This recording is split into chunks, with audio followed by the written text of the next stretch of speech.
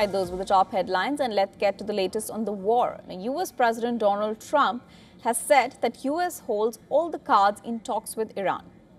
Speaking during an interview with Fox News, Trump warned that military action remains an option if talks fail to produce a favorable outcome. Here's what he said.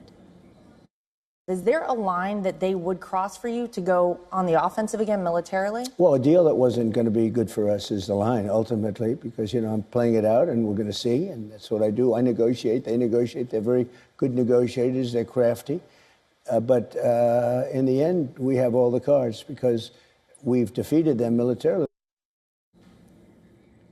Trump's comments come amid reports that the two sides have closed in on a framework for a ceasefire extension.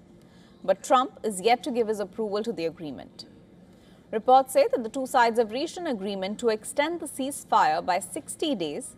However, Iranian media reports have denied reaching any agreement, saying no memorandum of understanding has been finalized yet. Separately, U.S. Vice President J.D. Vance has said that in terms of finalizing the deal with Iran, the U.S. is not there yet, but they are very close. You look at what we've already accomplished here, assuming that we're able to get to a final agreement here. We're reopening the Straits of Hormuz. We've already decimated their conventional military, and we're in a position where we could substantially set back their nuclear program, not just during the term of this president, but over the long term. That's a very, very good thing for the American people. So we're not there yet, but we're very close, and we're going to keep on working at it. Furthermore, U.S. Treasury Secretary Scott Bessent has revealed that negotiating teams are going back and forth over a potential Iran deal. Speaking to reporters in Washington, Bessent predicted that oil and gas prices could come down very quickly after the war ends. The Treasury Secretary also said that he has received an assurance from Oman that it has no plans to toll the Strait of Hormuz. Bessent's comments follow Trump's warning that the U.S. would blow up Oman if it entered into any agreement with Tehran to charge tolls in the Strait of Hormuz.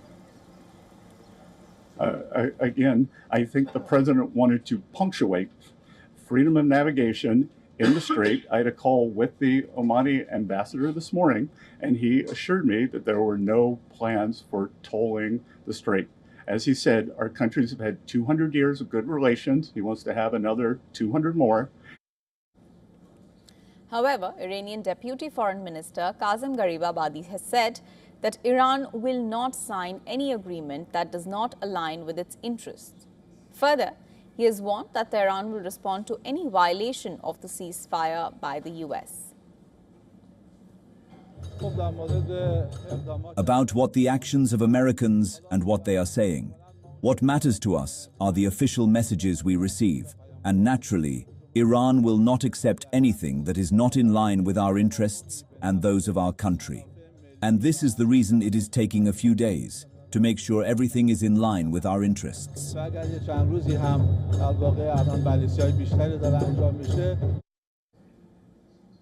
Meanwhile, Iran's Supreme Leader Mojtaba Khamenei has accused the U.S. trying to create division and social fragmentation to compensate for its failures.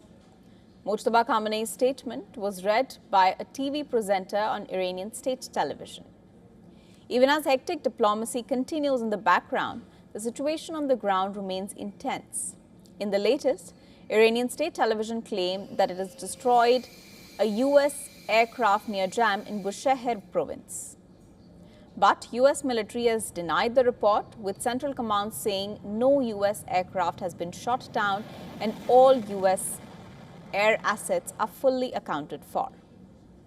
Amid all the developments, Pakistan Foreign Minister Ishaq Dar will reach Washington today, where he is slated to meet U.S. Secretary of State Marco Rubio.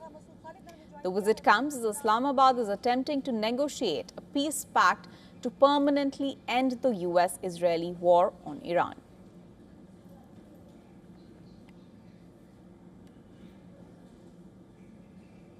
And for more on this, we were earlier joined by Dr. Alan Bernstein.